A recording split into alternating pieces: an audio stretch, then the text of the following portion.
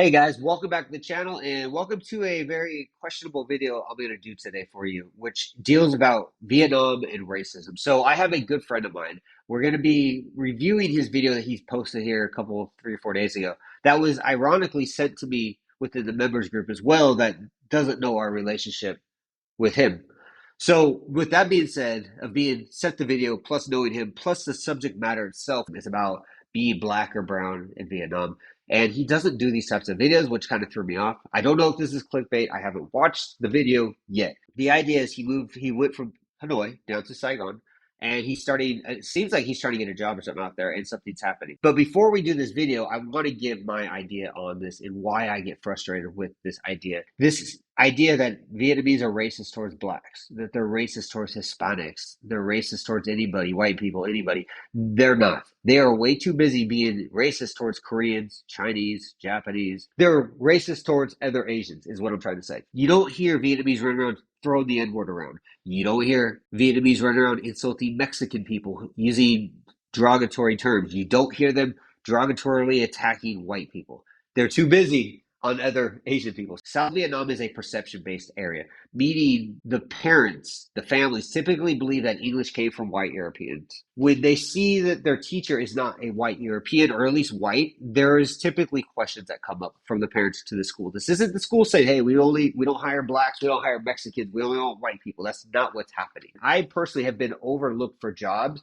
because the other people applying were Europeans. Those are the top people. Even though English is being kind of pushed out of Vietnam recently with the new laws, if you are from the UK, if you're from that area, side of the world, you will have a better chance of finding jobs than anybody else. I promise you that. So when it does come to the South, typically they're looking for that. I know Vietnamese Americans, a couple of them that were from Orange County, California. They came out here and they couldn't maintain classes. They couldn't keep jobs. And it wasn't their English. Their English was better than mine, probably.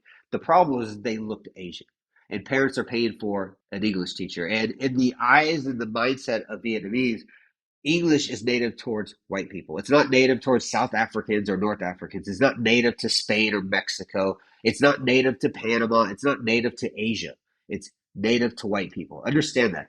And that's where this is going to come in. So today we're going to check out his video. And before we check out the video, I want you guys to do me a favor. Check out his channel.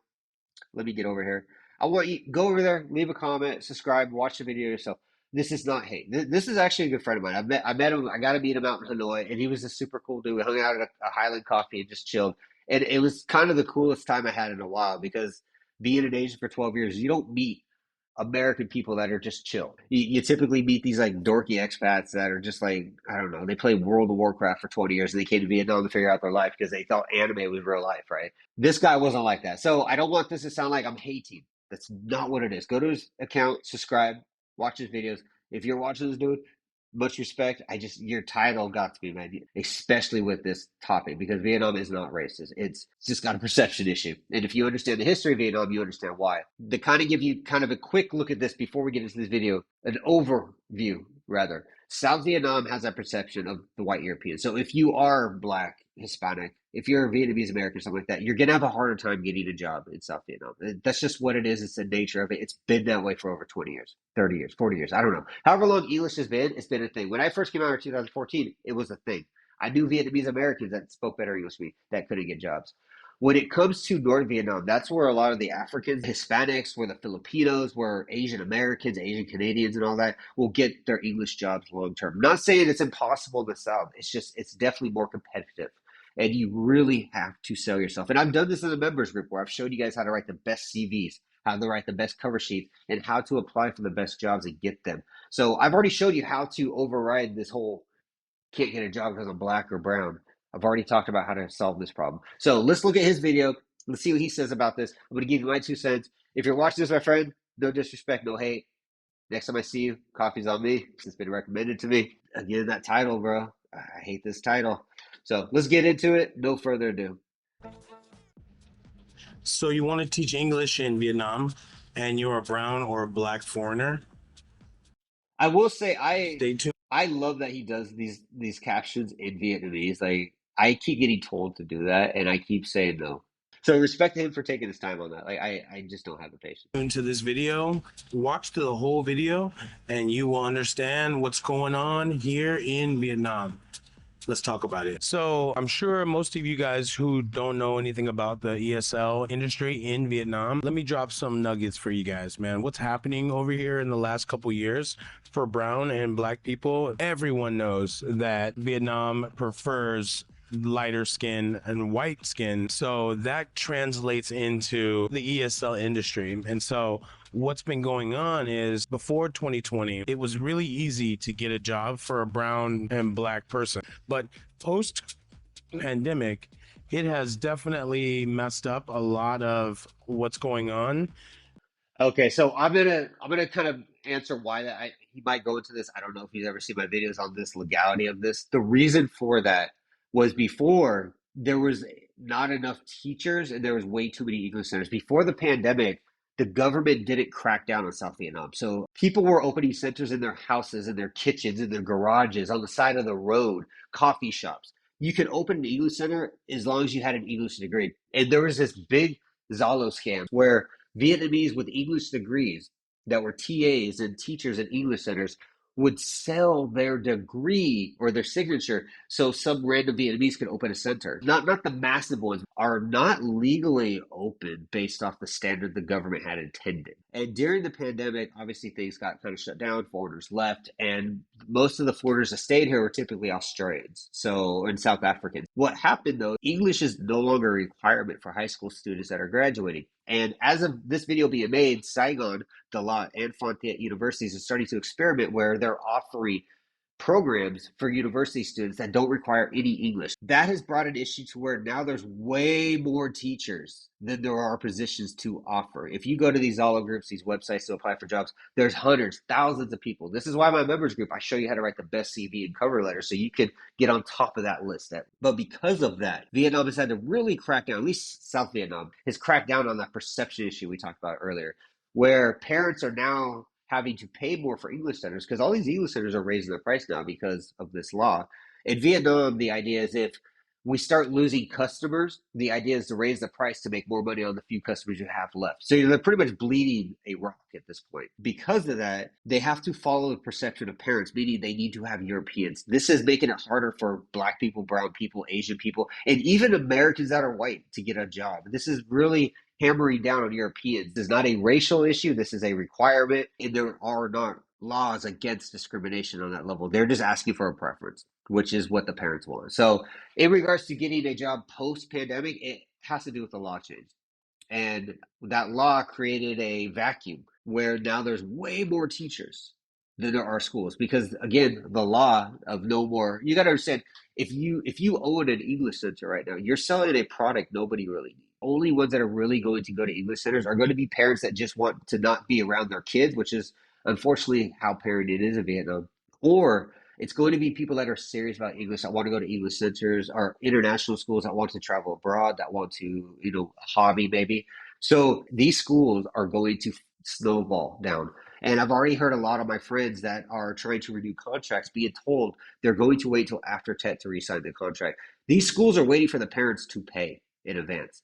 If they're not paying in advance, they're concerned that they're not going to have any students. So how can they pay for the teacher? And the teacher's on a contract, the school's in trouble legally, right? So that is the reason why English is becoming harder of a job to get post pandemic.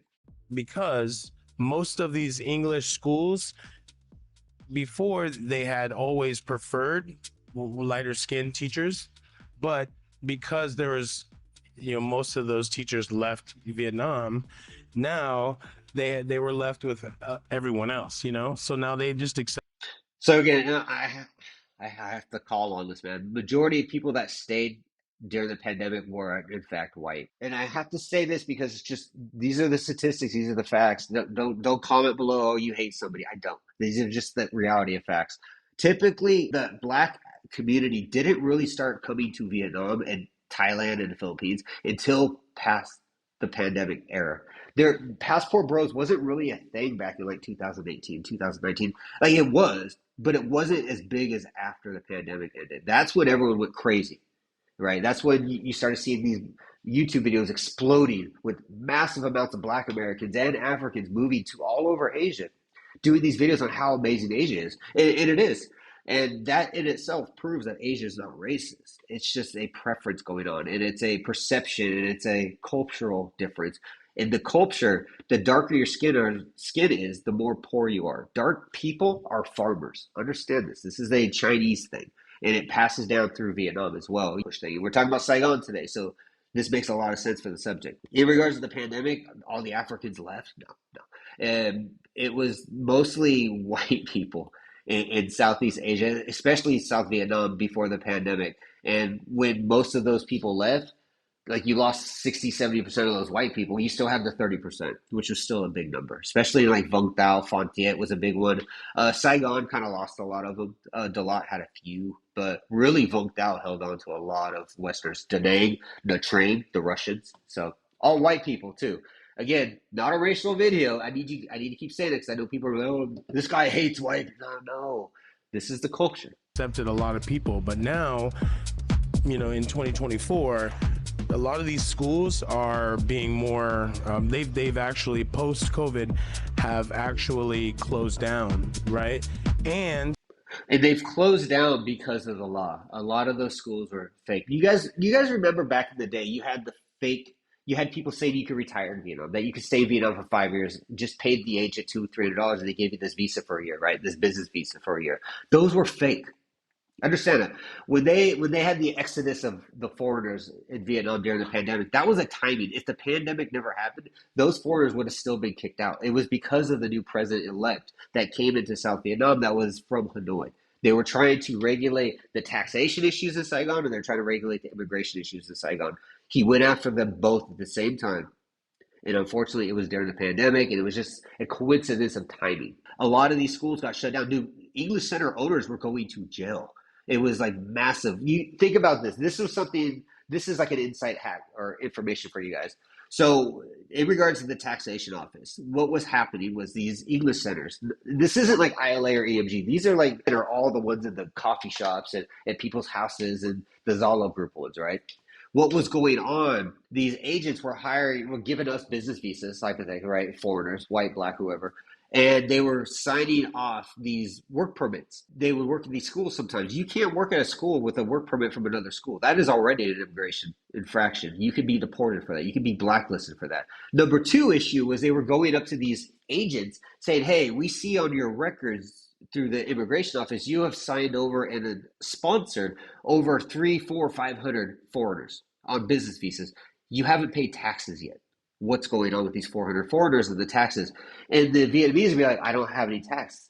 I don't pay tax. They don't pay me nothing. They pay me a one-time fee. Think about what I just said. They are sponsoring immigration visas for 3, 5 thousands of people into their company, and they're paying zero tax. A government is going to see that, and no, it doesn't have to be a communist. It could be America. That is literally immigration fraud, and that's what was happening out here. So, in regards to centers closing down, a lot of them were fake. A lot of them were doing this scam. A lot of them were making more money off selling visas than they were the English classes themselves. So keep that in mind. That's why a lot of them closed down. It had nothing to do with there wasn't enough white people. The biggest thing was last year or beginning of this year, the English department, the Ministry of English department, they passed a law that said that English is no longer compulsory.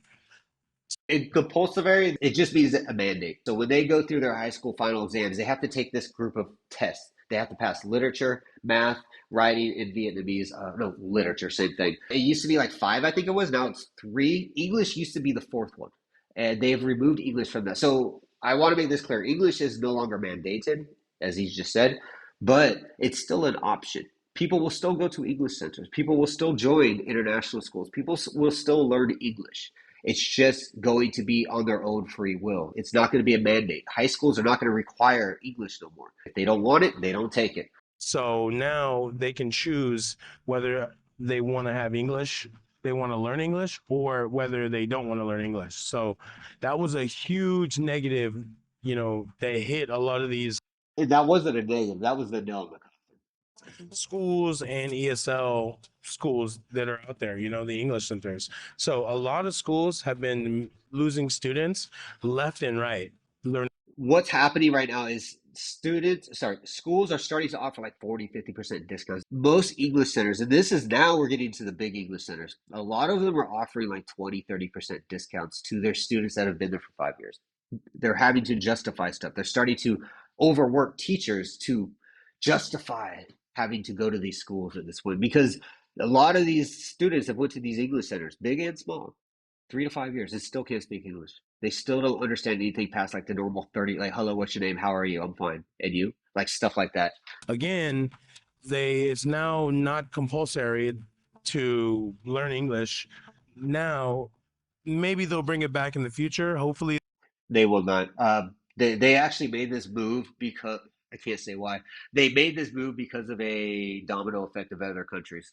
There is no value to it, and the number one import factory based country is in fact not English based. If you're in Hanoi, it is actually quite common for a lot of English centers to offer Chinese Mandarin. I think it's Mandarin. Yeah, Mandarin. Um, and even down in central Vietnam, a lot of Vietnamese are starting to learn Chinese now because they have the option to work at factories in Vietnam that are owned by Chinese, or they can go to China, like South China area and like Guizhou, and get jobs there. they do, so it can be better again. So that's what's been going on, in Vietnam in the last two years, let's say. So that's one, right? Now, last 2 years, yes and no. This law passed February of 2024. February of 2024. It didn't. What was going on is a lot of these English centers, these larger ones like the US, ILA, and stuff, they typically charge a year up front, telling parents, hey, if you pay a year up front, you get like 10% off, right? Like, makes sense. You go to a gym in America, you pay a year up front, they knock off like 20%. So what's going on is even though this wasn't required no more, parents already paid. You don't get refunds in Vietnam. There's no such thing as a refund in Vietnam. So after 10 is when typically English centers have the biggest accounting week or month. And that's because that's when all the parents start paying for the next year. That's why nothing's really taken effect that drastically until after 10. That's when you're going to see the big thing. A lot of the kids that are leaving now are typically from the parents that pay 1 month at a time or 3 months at a time. And that's why you're seeing a slow decline of like class sizes. You're seeing a small decline of like hiring of foreign teachers. They've gotten rid of the English requirement. So high school kids don't have to learn English anymore. And then And this isn't just high school. This is primary, secondary, high school. High school exiting exam is it's the king of the king. I forget the name in China. There's a final test that high school kids take in China that determines what university they go to. It's the same idea in Vietnam. Everything is the same. So I think primary is going to hold on the longest because it's like a babysitting class, and it's ultra cheap. And it's typically with the government school, they'll hire like a Filipino teacher to manage the class. It's purely babysitting. The English is just kind of a byproduct of the whole program.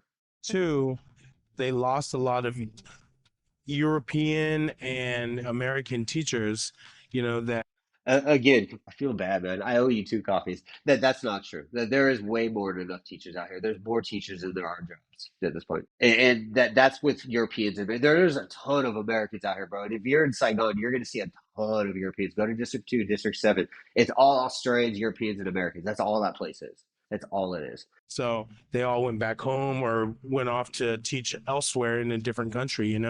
But then there's just been a shortage of English jobs, you know what I mean? That's actually exactly what we said earlier. It's a shortage of jobs, but there's way more teachers. His idea of there's less teachers and less jobs would make no sense mathematically because now you're lowering both bars. You're going to have the same exact amount of in and out just at a lower rate, right? What's going on right now is people can't get jobs. So this is like teachers, schools. Back in the day, like before pandemic and English was required, it was like this. There was a ton of jobs, very few teachers. Now it's this. There's a boatload of teachers of all races, European included, and there's not many jobs. Let me get up here. Not many jobs left. He's kind of explaining like it's this, like it's even. This is not the case because if that was the case, we wouldn't really have noticed anything. So now everyone's got there's a lot of competition out there. So everyone's got to, give their A game, you know what I mean? And so the ESL department is changing. And so this is what I want to tell you next is what the future holds for brown and black foreigners who want to teach English in Vietnam. Stay tuned. This is the future of teaching English in Vietnam for brown and black people. I think that now, you know, you have to be on your A game, whether you carry the TEFL certificate or whether you carry a bachelor's degree. You have to, they're going to I mean, you have to have a bachelor's degree. You have to bring your A game. I've talked about this in my members group. This is not even a race thing right here. Like, you can be a white European. You need to have an awesome CV. You need to have an awesome cover sheet, and you need to walk in that demo lesson like you own that room. It doesn't matter what race you are. So you could actually say this first thing that he's saying applies to anybody out here trying to be a teacher.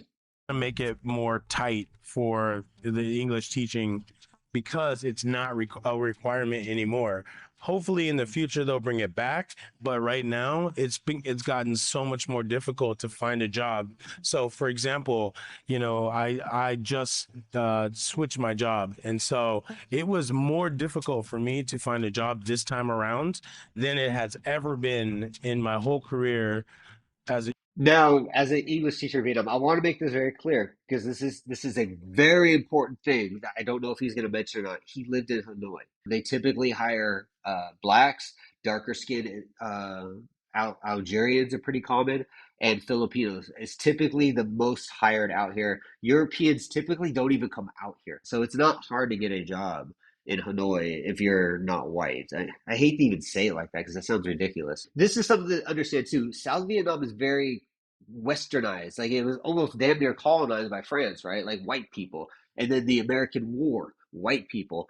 All this stuff is white, white, white. Like, if we're gonna get into racism, let's go with it right now. Everything was white. When it came to the north of Vietnam, it's always been China, Japan, Vietnam, Asians. They don't know what black people are to that extent. Dark people in North Vietnam are typically considered farmers. Sapa, Lai Châu, Lao Cai, San La, these type of spots. So when you're in the north, you will definitely not have that discrimination, maybe. In the south, it's just a history thing. South Vietnam has historically been dealing with Americans, again, European French, Russians. Like, these are all Caucasian looking people that all spoke some type of English. So the perception of parents is English is for white people, Vietnamese. Like, another thing too to think about, Vietnamese think every Asian speaks Vietnamese. Like, when you hang out with your Filipino friends or Japanese friends, you go to like a Saigon restaurant, they start talking to your Japanese friend in Vietnamese. And then when the Japanese is like, oh, garimasen, like, I Japanese, they'll look at the Japanese like, you don't speak Vietnamese? Like, they ignore everything. Just like, you don't speak our language? Like, you don't speak our language? We're Asian, right? So that's something to understand. He's from the north. It was a lot easier back then. Now he's in the south where there's a massive perception. On top of that, there's way more teachers than there are jobs. It's not a racist thing, it's a perception thing. English teacher in Vietnam. So I'm telling you from my personal experience that it is very, very difficult for a brown and black person to find jobs in ESL industry right now. Again, it is perception of the south versus the north. If anything out of this video, understand that. It's the perception. Like really moving forward, I think that's going to be even tougher as well. So, if you what I would say is that you have to, if you want to win here in Vietnam, you have to make sure that you're an English teacher, in your native country, and that you have those certifications, and that you can come here. And to be clear, the certification is the TEFL. Link below. Get it like 20% off. Get it done in like a week. It's fast to do. And you need a bachelor's degree. I have no links for a bachelor's degree. Go to your university. Those are the two certifications that are required. There is no way around it. You cannot get a job out here without a degree that lasts long term. You will get caught, fired, or the school is just hiring you for the day. You won't have a long term position out here. So keep that one in mind. With those certifications and ball out. You know what I mean? So at the end of the day, just make sure that you have you can carry an English degree, like an actually English teaching degree. The English degree is if you're a non-native, so Filipino, stuff like that. If you're American, European, Australian, if you're from a native language, a native English country, you don't have to have an English degree. It doesn't even benefit you. If you're from America, Australia, South America, and it's an English native country by default. If you have a degree in English, it doesn't give you any perks, and it literally does not give you any perks. The problem, what it gives you is a disadvantage because back in your home country nobody cares, and here nobody cares. If you're from the Philippines, though, North Africa, you're going to need to have an English degree, and you're going to have a C1, and this is a legal thing and a perception thing, just to be clear. You can make way more money with an actual, if you're an English teacher, you can make way more money. So here in Vietnam. So just make sure that you are, you come with your certifications up. Well, I'm thinking as I talk, maybe it's true if you have an English degree as an American, maybe you can leverage it if you can talk it if you can talk it into it, but it's not going to be paid attention to. I want to say so. I mean, he's probably right. If you have an English degree or an American, and you have an English literature degree or something like that, you could probably make a few extra dollars or get hired over somebody else. Maybe if you're going to go to school for 4 or 5 years, get a business degree, get an engineering degree at least. You know, like an English degree, you're limiting yourself to Vietnam as a first world person. You know what I mean? Like it just doesn't make sense to me. But if you are non-native, you're going to need an English degree. Right on.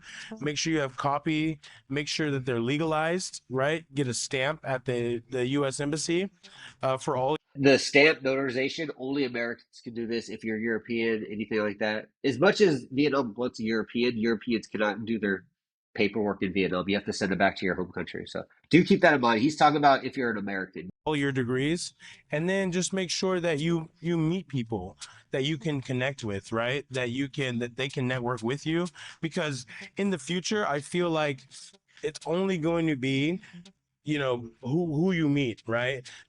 This is very true. Vietnam, we say it's not what you know, it's who you know. So do make connects, do be friendly, do meet the right people. The people I know have got me through Vietnam for the last decade. If I didn't know who I knew, I wouldn't be where I am. I wouldn't know what I knew or know, and I wouldn't be able to share this stuff with you because those people would never share with you. You see what I mean? So it's definitely about who you know. But at the same time, this doesn't mean just go to a bar and meet all the local Vietnamese. Like really meet some serious people, like high end people. Because you can get online and you can fill out all these applications, but they're not gonna look at you, right? Unless you have the right qualifications. As a brown and black person, you have to step up your game here in Vietnam, because they don't want you. They don't prefer us. But if you can show them that you have what it takes, then there's no way that you're gonna lose. All right. Like that statement confuses me. They don't want us, but if you could show them that you have skill, there's no way to lose. Meaning that your skill within itself is the true indicator of your value to get hired, which negates this entire title. We just full circle this video at the 6 minute mark. Yeah, a strong CV, guys. Know how to talk to people, make connections. I agree with him on that, but that last statement was just, he just full circled everything. He just literally negated the title. That's crazy. He's gonna hate me. I feel horrible. I owe you like 5 coffees now, dude. But if you can show them that you have what it takes, then there's no way that you're going to lose. I agree, 100%. It's not. That's not even a racial comment. Like that's not a comment about race. That's just your ability to show the school that you give them value. Your job is to have retention in your classes. That's all it is. They want to be able to use you to get more customers, and they want you to keep the students in the class as long as possible, as in like months, years. So if you can prove that you can, you're good to go. It doesn't matter about your race. If you want to stand out in the teaching English here in Vietnam, and I would recommend that you start networking with people. Again, network with as many English teachers that that you can get a hold of, and see if their job is hiring them. 100% agree. When you're going out making expat friends, bring this up. Make friends with them. Like, don't push yourself onto this, but yeah, join Zalo groups for teaching groups. You can do that too. Join Facebook groups. Like, definitely network to find a job. You have to network to find a job. But on top of that, before you even network, you need to be going to ila.vn.com. You need to go to emg.vn.com. You need to go to vus.vn.com and apply for these jobs directly through these schools. Your networking is going to get you a hookup interview. But applying through these jobs directly will get you in the door directly. So before you even start networking, make sure you're already applying for the big 3 or 4 schools in Saigon. So apply through their website directly. And when it comes to networking, this will get you the smaller gigs, but it at least gets you something until you get somewhere. Once you have a lot of experience and a good CV, places like ILA, EMG, they'll hire you in a heartbeat. No questions. Doesn't even matter if you're black and white. It doesn't matter. I I don't know. That's basically how I found a lot of my jobs was basically off of networking. So yeah, it this job I just found actually I got through like Indeed, but that's pretty rare. You know what I mean? That's actually impressive. See, and he's proven it again that race doesn't matter. Indeed is probably the worst spot to find a job in Vietnam. It's just like the ones that the schools that use that are they're just like throwing fucking Hail Marys everywhere. They're just hoping somebody looks at this like and they're typically targeting people abroad, not people in Vietnam. So again, proves his point. You know, he showed that he had good value and they hired him. So I would definitely network, network, network. That's going to be your number one thing that can help you get a job and stuff. You know what I mean? So if you are always looking for new work, then you can always have your people. You know what I mean? Just contact and message them. Get on Zalo. It's an app that's here. It's like a WhatsApp, but it's more for Vietnamese and for Vietnam in general is what I mean. And so there's tons of groups there that are looking for Get into Zalo teaching groups. Just go to the search and just put teaching or put English. Join all the groups. And some of them are dead, some of them aren't, but join them all. That's a good way. And a lot of Vietnamese agents will post jobs all the time, and they can help you get cover jobs or short-term gigs. And a lot of these will get you jobs outside of the city too. So they might not even be dedicated to Hanoi or Saigon. They might be like, "Hey, we want you to go out to Sapa and do this gig. You get a work permit, you get free housing, yada yada." That's the best way to get a job in Vietnam. Next, yeah, like literally the best way to get a job. I mean, I think that does better than networking. cover teachers. And so I'll show you right here that they're always Yeah, so see, yeah, this is actually good. Oh, this is a capped out one. But yeah, stuff like this. Like you'll see people saying, "Hey, we have this class, blah blah. This time, here's where," and you don't need anything. Like that, you just go to this class for the day, and they just send you the money to your bank account out here. You do need to have a bank account. Typically, these people have a work permit already. We're looking for a Filipino. And see, right here, this is actually a great example. Filipino teachers. So they want a male Filipino to teach afternoons District 2, which is, and that's actually interesting looking for cover teachers to and I need a teacher Euro again, teacher Euro teacher. Like the grammar's so bad out here. But yeah, stuff like this. Like they're looking for Euro teachers. We're looking for English teacher participate in Open Foreign Language Center Christmas event, blah blah, male or female. This kind of there will be a lot of like job applications. Be like, we only want a female, like stuff like that happens. Uh, good looking. Again, prefer good looking. They don't. They these are things that happen to Vietnam. You have to be ready for them. Again, if your personality is amazing, a lot of this stuff is just negated. They just put things in here sometimes. Like doesn't even matter. just cover for a day, cover for a couple Oh, that was actually right there. Let's go back. Yeah, looking for EU or native cover. You see how it says EU or native, meaning that the EU is like the big top, and native is just anything else. Yeah, here, 450 an hour. That's like $20. Yeah, so stuff like this. So these are just like you want to join these groups. He's just showing from this one. There's like probably like 20 good ones. So this one's maxed out. So you'd want to be in this one for sure if you could ever get in it. day, cover for a couple days, a month or whatever. And so if you get in on those job boards, that would be really, really beneficial for you because you can pick up more work, you know? And so like quick work, you know what I mean? Some people need some covers. And so you'll be able to pick that up, you know what I mean? Really, really easy, you know? And it's every day. So you will always have some sort of work or something, you know what I mean? So number three, I would definitely network with, these job boards, right? So if you come across like Indeed form, I'm kind of moving on because that's the same thing you just said. Apply in person. I just said this earlier. You should be applying for the top three.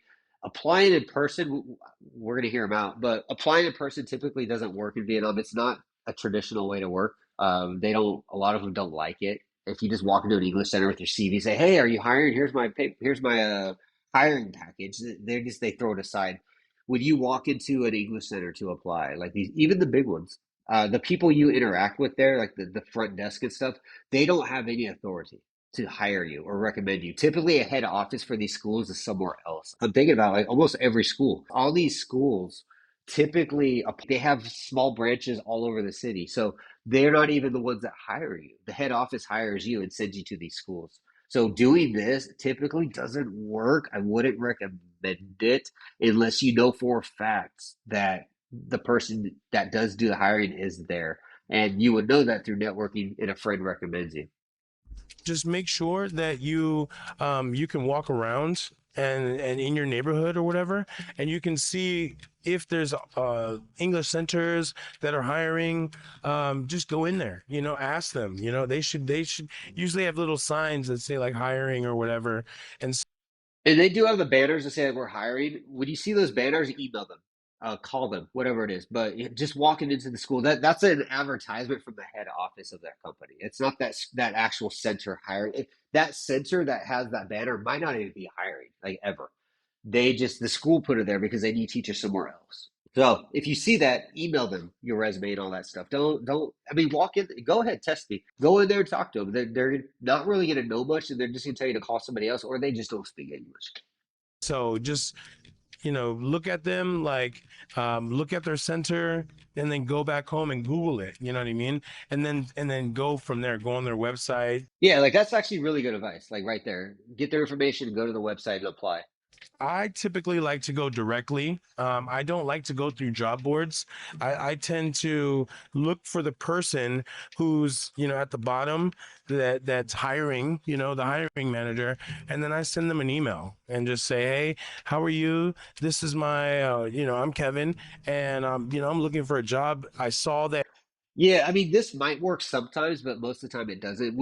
These people that are on these banners are typically agents or they're just some random dude in the office. They're not the hiring person. They might just be like administration people. And what they do is you get the email, they might talk to you a few times or something, or they just forward it off to somebody else. And then if that person is nobody important within the office, nobody else is going to look at their email, you see? So you don't really want to apply to that person. When you go to the website, like one of these major schools like websites and apply, it goes directly to the human resource hiring person. There's typically 10, 20 people that work in human resource in Vietnam, and like 90% of them are just there to be there. They don't do anything. Like they're literally just there to, I don't know, look at TikTok all day. Like, and I don't mean to insult them, but the hierarchy structure of Vietnam companies is very structure, it's very status based and it's busy work. Like they will hire 20 people and only one person really does anything. And it's not because that one person's motivated. It's just because there's nothing to do. They just need to hire a bunch of people so the place looks busy. Whenever a new school or business restaurant opens in Vietnam, they typically hire like 20 new staff for the first week and then they fire 19 of them. That is so common. So if you just walk into a school or just email somebody on a banner, good luck. I mean, I would just go through their website. you're hiring. So are you still hiring, and for which centers or which area are you hiring for? Like, get directly into it. Don't just rely on Indeed or these other job boards, because there's hundreds of people doing the same thing you're doing, but not There's like thousands at this point, man. Especially with 2025 coming, there's like I was just at a school last week. I was teaching them how to use like Chat GTP and AI to filter through CVs to find the best matches for their company because they are literally getting 300 to 500 applications a week. It is ridiculous. And this is a small center that I was at. It wasn't like a massive one. Again, my member section, I break up how to get on top of that list. This school, pretty much what they're doing is they're just pretty much photocopying it on their phone and then they highlight it, drag it onto a Word document, get like 50 CVs put on that thing, and then they inject it in ChatGPT. They use the script that I pretty much wrote for them and gave to them. They put it in there, and ChatGPT replies to like the top 5 CVs that they should probably call. And then when they get those 5, they find them, they look at them. Are you handsome? Are you whatever? It's not. Are you white or black? It's are you handsome? And then they kind of filter out a few more, and then they have like one or two left out of a stack of. a lot of people go directly to that person and send an email directly to the person. So, I hope you guys enjoyed this video. This is just a little quick dark side of what's going on with this English department and the English language industry. And I really hope that it really changes, man, because, we have a lot to offer. And, if they just go based on the color of your skin, then that's not okay, you know?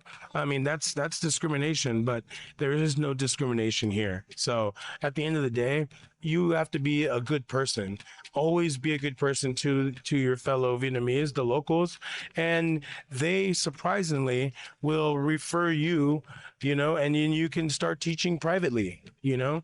And so That's a good point too. That like your networks could turn into private lessons. I have some of my biggest like paydays have been private lessons. Like people are just like, hey, can you come to our bar and teach some of my business people? It'll be like a group of like 7 people, and they're paying me like $1 million an hour each. Like it was a ridiculous thing I did. So they love to do that. So if you're a good person and you show them that you actually give results, then you can make way more money teaching private than with English Center. So It is important to know that private isn't guaranteed. It's not long term, and you're typically on a tourist visa, meaning you're doing visa runs too. Yeah, you can have a work permit and do this at the same time, which is kind of a cool thing to do. It is illegal because you can't use a work permit for that job because it's for the other job. That is a good thing to kind of consider. if you have any questions, leave. So I think that kind of does the video. So that 10-minute video turned into like what, 30 or 40 minutes? I don't know. But in short, us go ahead and just kind of let me break it down. In regards to Vietnam being racist, it's not. It's a perception thing. And just to give you the hard facts, if you're white or if you're light skinned, South Vietnam is a lot easier because of the historical history of South Vietnam, French, Russian, American, et cetera, et cetera. And it is heavily Australian based at this point. If you are darker, African, Black, North Algerian, stuff like that, Filipino, if you're an Asian American, typically North Vietnam is a better spot to go to get a job because they don't discriminate on that because it's not really a thing. But on top of all of that, English is is coming to a dead not a dead end, but kind of an end or a slow road, a narrow path. So if you are out here, again, check out my members group. I show you how to do all this stuff. I got a ton of videos on there on how to make the best CVs, how to get about this. You got me in there to help you out. We have our Discord to kind of break down how to do this. I hope you find work or at least get you in the right direction. But you need to be the top of the best. It doesn't matter what color you are. Vietnam is racist towards Asians. Vietnam's not racist towards blacks, Hispanics, whites, blacks, anything. Vietnamese just don't like Asian people. That's really all it is. And like I said, I've known Vietnamese Americans, Vietnamese Canadian guy that worked in Saigon and they couldn't hold a job. They couldn't keep classes. They couldn't keep students. And it was because the parents were just like, hey, where's the European? You know what I mean? Vietnamese don't speak English good like Westerners. And they try to explain, hey, he's a Vietnamese American. He's lived there his whole life. That's a cool story, bro. Where's the European? So keep that in mind. If you have any questions, leave below. For my friend Kevin, no disrespect, man. I love your content. I love talking to you. It was a fun time when we get to Saigon. I think I owe you like 5 or 10 copies now, don't I? But no harm, no foul on this one. I love the content. I love their time. So I don't want any like bad blood going on. It's not what it is. This is just one of those subjects that really gets to me because it's not really true when you understand how the culture works. There is no discrimination in that regard. There is a perception. And with that being said, guys, I'm going to get out of here. Thanks for watching, and I will see you again.